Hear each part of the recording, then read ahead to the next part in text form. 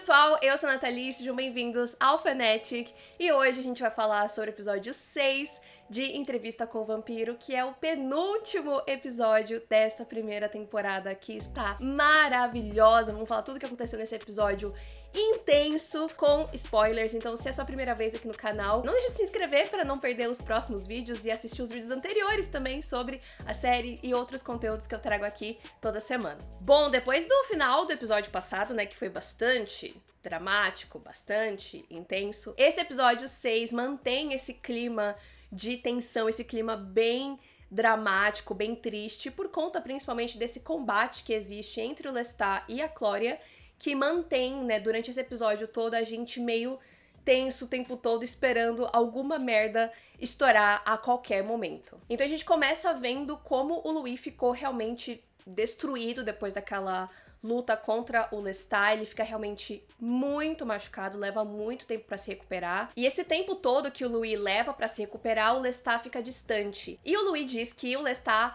fica distante por vergonha do comportamento dele, mas eu acho que não, né? Eu acho que vendo muito dessa dinâmica de relacionamento tóxico, abusivo que o Lestat tem para com o Louis, eu acho que o fato dele ficar afastado diz muito sobre ele ter essa noção de quando ele realmente pode insistir, quando ele tem que afastar para manter o Louis por perto. Mas quem fica de fato por perto é a Clória, né, que nesse processo todo ela já tá chegando aí nos seus 30 e poucos anos, e ela fica ali fielmente ao lado do Louis, cuidando dele, ajudando ele nessa recuperação, e ao meu ver, né, criando um ranço, um ódio, um rancor mesmo pelo Lestat enorme. E eu me identifiquei muito com a Clória, porque eu sou esse tipo de pessoa que se alguém faz mal pra uma pessoa que eu gosto, eu compro a briga 100%, às vezes até muito mais do que o necessário, mas dá pra ver que ela tá enxergando muito claramente quem o Lestat é e o que ele faz com o Louis, e isso faz criar essa dinâmica que a gente vai ver nesse episódio, né, que é o Louis ali no meio, entre duas pessoas que ele tem um carinho muito grande. Uma outra coisa que eu queria comentar sobre a Clória é que ela não divide com o Louis os detalhes do que aconteceu com o Bruce, não fala nem quem ele é, né, o nome dele, etc. E dá pra ver que o Louis tem essa intenção, né, de vingar a Clória, mas ela não quer falar sobre isso. E isso depois vai voltar no episódio com o Lestat. E também um detalhezinho que eu achei muito fofo é que ela tá lendo poemas da Emily Dickinson. E depois, mais pra frente, ela conversa com o Louis, mencionando o fato de que ela acha que a Emily Dickinson é uma vampira por algumas frases de alguns poemas que ela escreveu. E eu achei isso muito legal. A Emily Dickinson foi uma poeta que eu conheci por conta da série Dickinson da Apple TV Plus, que eu sou apaixonada. E eu achei muito legal esse easter egg, assim, porque realmente a Emily tinha poemas muito à frente do seu tempo, né, e a Clória fazer essas associações do tanto que a Emily escrevia sobre a morte, coisas do tipo, com ela ser vampira, eu achei muito legal e um easter egg, assim, muito interessante. Mas bom, né, o Lestat, ele fica tentando ali voltar as coisas como eram antes, tentando presentear o Louis, trazer ele pra perto, e essa parte toda é muito, assim, pra mim diz muito sobre como o Lestat não tem muita noção de achar que alguns presentes vai resolver essa questão, sabe? O Louis, ele se mantém firme, se mantém resistente, tem até o momento que ele joga o caixão pela janela, que é até um pouquinho cômico, assim, essa cena. Mas depois de muita insistência e de vários anos, né, 6 anos pelo que o Louis fala, que pra gente é muito tempo, mas em tempos vampíricos, né, pode ter parecido, sei lá, 6 meses, esses 6 anos. Depois desses 6 anos, o Lestat, ele consegue encontrar uma brecha ali, né, ele cria uma brecha, na verdade, nessa armadura que o Louis tava se protegendo. E como que o Lestat consegue isso? É fazendo uma música pro Louis. E é muito engraçado que o Louis conta no presente pro Daniel que o Lestat, obviamente, não gostou das habilidades de nenhum dos músicos do estúdio, e ele mesmo tocou todos os instrumentos, porque Lestat, não é mesmo?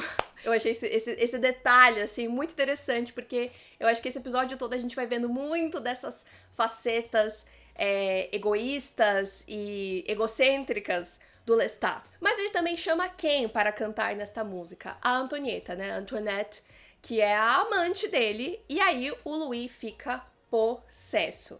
E ele sabe que isso é o Lestat fazendo de propósito para causar uma reação nele, mas o Louis vai atrás dele mesmo assim. E esse encontro todo dos dois, eu acho que essa agressividade desse reencontro deles diz muito sobre o quanto esse relacionamento é instável, né? E como ele é pautado e construído em alicerces muito fracos. Como vocês sabem, eu não li os livros, então eu não tenho uma noção completa da história dos dois, apenas do que tem ali no primeiro livro. Mas no começo da série eu tava mais do lado deles e shippando eles, e agora eu tô tipo, Luí, por favor, você merece mais, sabe? Eu não sei se eu tô torcendo tanto assim mais por esses dois, porque realmente é uma dinâmica muito tóxica. E o Luí até justifica isso no presente pro Daniel, falando sobre esse vínculo entre vampiros que é muito forte, que não tem nada, né, equivalente em relações humanas, etc. Mas pra mim é muito balela, sabe? Eu acho que pode ser muito mais o Luís sendo afetado por esse relacionamento e pelo próprio Lestat falando do que necessariamente ele realmente acreditando que é essa conexão vampírica que deixa o relacionamento ser dessa forma. Mas bom, o Lestat é aceito de volta, mas com algumas condições, com algumas regras. E também é pedido dele que ele responda algumas perguntas. Uma delas é se ele teve alguma coisa a ver com a morte do Paul, né, o irmão do Louis. O Louis pergunta isso e o Lestat fica super ofendido de ter sido considerado, né, como culpado. Mas, como a gente bem sabe, o Lestat mente muito, então, eu não sei, eu achei muito curioso a série ter voltado nesse assunto agora, então pode ser que isso seja importante mais pra frente. E a outra questão é uma muito importante, que é quem foi que criou o Lestat? E aí a gente tem todo um relato dele falando sobre a sua origem, né, de vampiro e sobre o Magnus. Eu já tinha visto esse nome Magnus circulando quando eu pesquisava algumas coisas sobre as crônicas vampirescas, né, então eu imagino que quem é fã dos livros deve ter ficado muito animado. E eu confesso que eu tô tão com o pé atrás com o Lestat que eu fiquei, será que é verdade mesmo? Mas eu acho que pelo tom da cena, realmente passou pra mim uma seriedade de que realmente o Lestat tava dando uma migalha ali, tipo, tá bom, a gente chegou num ultimato aqui, eu preciso dar alguma coisa pra conseguir ter o Louis de volta, então eu vou me abrir aqui. E foi muito bizarro ver o Lestat nesse lugar mais vulnerável, né? Principalmente dele tá falando de uma forma muito dolorida sobre esse início da vida dele como vampiro, já que agora a gente conhece esse Lestat que adora essa vida, que sente orgulho, né, de ser um vampiro, que se incomoda do Louis ir tão contra com os princípios básicos de ser vampiro e etc. Então ver ele mostrando esse outro lado foi muito bizarro. E eu até vi algumas pessoas comentando na internet que esse relato tá nesse livro aqui, O Vampiro Lestat. Me corrijam aí nos comentários caso não seja isso.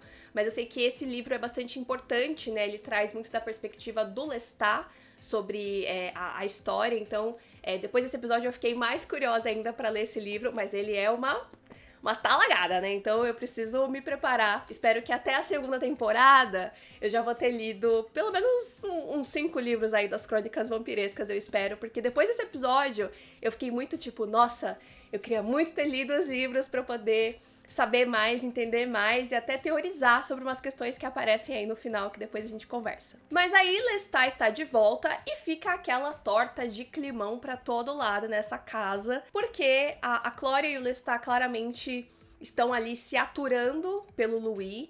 E eu acho que o Lestat, ele tenta muito mais fingir que tá tudo bem, contornar a situação, enquanto que a Clória deixa 100% claro a insatisfação dela de estar nessa situação e a desconfiança dela em relação ao Lestat. Mas tentando fazer as coisas ficarem um pouco melhores, tentar fazer as pessoas se encontrarem no meio do caminho, o Louis, ele faz algumas concessões e ele volta a se alimentar de sangue humano. Mas isso não é o suficiente, porque essa rachadura nessa família é muito maior do que isso.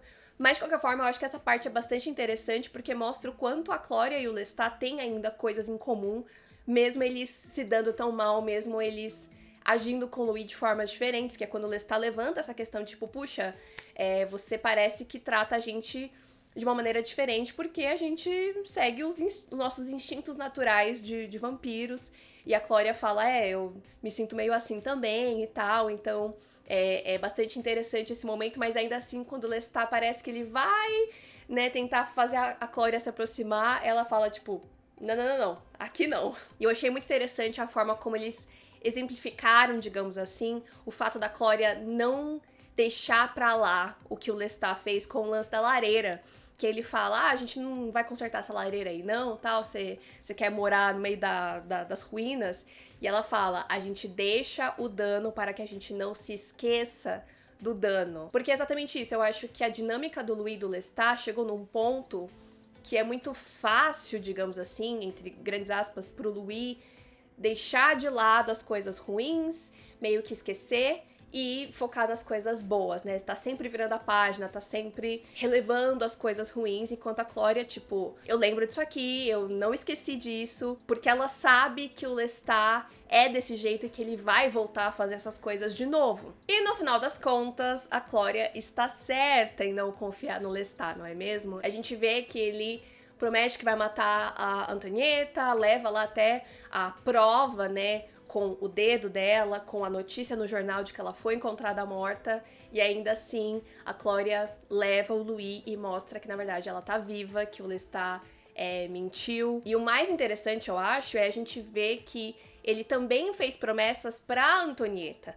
sobre sair de lá, sobre isso e aquilo, e aí quando ela questiona isso, ele fala, não, porque eu não posso sair de New Orleans e não sei o quê. Então é isso, o Lestat sempre vai pensar nele mesmo primeiro. Então, se a Clória e o Louis querem que ele mate a Antonieta, ele não vai fazer isso porque não é o que ele quer. Se a Antonieta quer sair de lá, ele não vai fazer isso porque não é o que ele quer. E é muito triste de ver que o Louis sabe de tudo isso e ainda assim ele fica lá. O quanto ele tá preso nesse relacionamento dos dois, mesmo tão infeliz quanto ele tá. E aí a Clória, ela tenta formar esse plano pra tirar o Louis e ela de lá, ir pra outros lugares, e o Louis fala que não, que ele vai só segurar ela, meio que dá uma bênção, assim, de tipo, olha, você cresceu, você aprendeu, você vai se virar muito melhor sem mim. E é muito triste essa despedida dos dois ali no parque, principalmente pelo reconhecimento dele ali, de chamar ela de irmã. Eu achei uma cena bastante emocionante. E a gente vê que tem um alívio da parte da Clória quando ela tá lá no trem, de tipo, nossa, ela tá realmente numa prisão, né? E em constante dor, e eu acho que em constante tensão de estar ali perto do Lestat e ver ela ter esse gostinho de liberdade. Dá pra ver o quanto isso é importante pra ela, mas não dura muito. Gente, essa cena do Lestat indo atrás dela no trem, ele abrindo a porta, fazendo uma algazarra ali com a cabeça do condutor, essa cena é incrível. Eu odeio o Lestat, mas eu amo odiar o Lestat. Ele é terrivelmente carismático. O Sam Reid, meu Deus, que personagem, que ator pra fazer esse personagem. É absurdo o quanto ele é extremamente carismático, extremamente sedutor. Eu acho que faz a gente entender por que também as pessoas se sentem da forma como elas se sentem em volta dele. Porque eu assistindo, eu fico, gente, esse cara é incrível. Ele é horrível, mas ele é incrível ao mesmo tempo.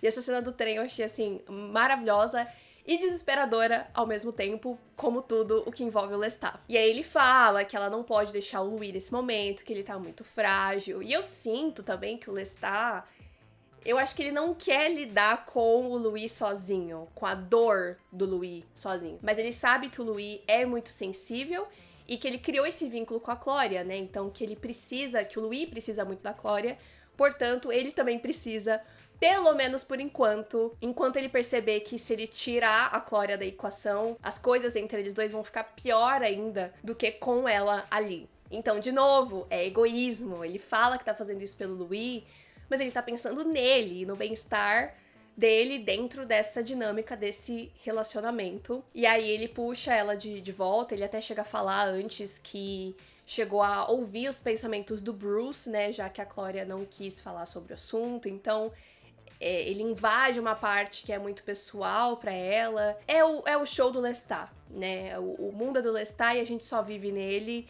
Tudo tem que ser do jeito dele. E aí a gente encerra essa parte do passado com uma batalha de xadrez ali entre a Clória e o Lestat, que é muito interessante porque amarra essa questão de que o Lestat tá ensinando pra ela e ela perde muito pra ele, e ele tem esse ar de superioridade pra cima dela. Tem também a questão de que é como se eles dois estivessem constantemente numa partida de xadrez na vida real.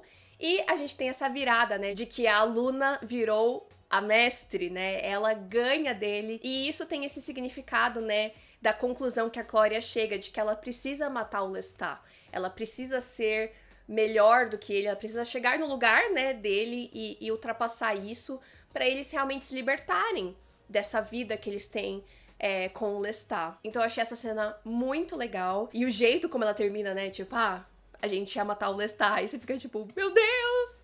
E aí corta pro presente. Eu achei, assim, incrível. Estou ansiosíssima pra semana que vem pra ver se a gente vai ver esse plano entrando em ação. Mas antes da gente encerrar, a gente precisa falar um pouquinho do Daniel, porque a gente tem um negócio ali no final do episódio que deixou muita gente assim, tipo, como assim? O que está acontecendo aqui? No começo do episódio, a gente vê o Louis mencionando o fato de que o Daniel anda sonhando muito com o momento que eles se conheceram, né, lá na primeira entrevista que eles fizeram nos anos 70. O Louis até menciona o fato de que durante a entrevista deles, na primeira vez, o Daniel pediu pra ser transformado. E aí o Daniel até se justifica, né, tipo, pra um garoto de 20 e poucos anos, você tava desperdiçando um dom e tal. E aí o Louis fala, eu te transformaria hoje.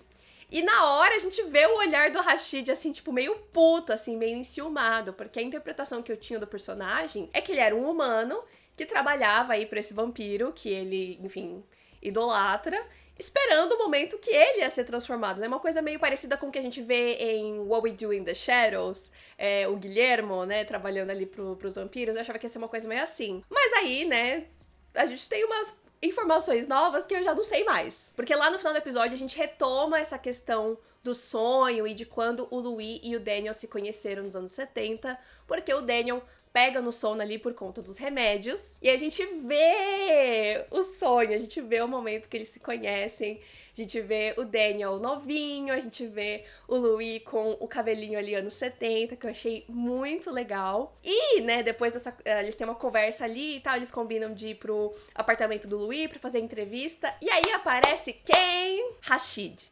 Gente, o que está acontecendo?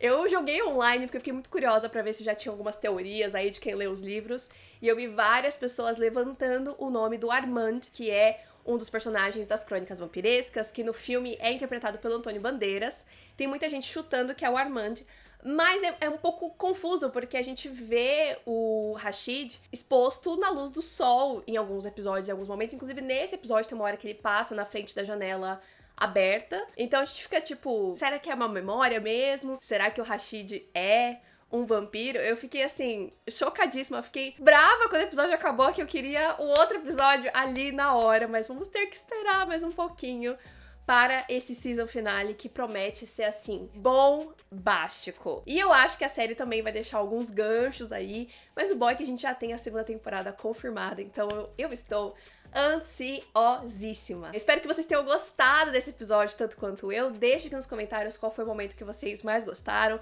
Se vocês têm teorias sobre o Rashid, se vocês leram os livros, deixa aqui nos comentários também pra gente conversar. E eu espero ver vocês semana que vem para falar sobre o season finale. Então não deixa de se inscrever no canal e a gente se vê lá. Tchau!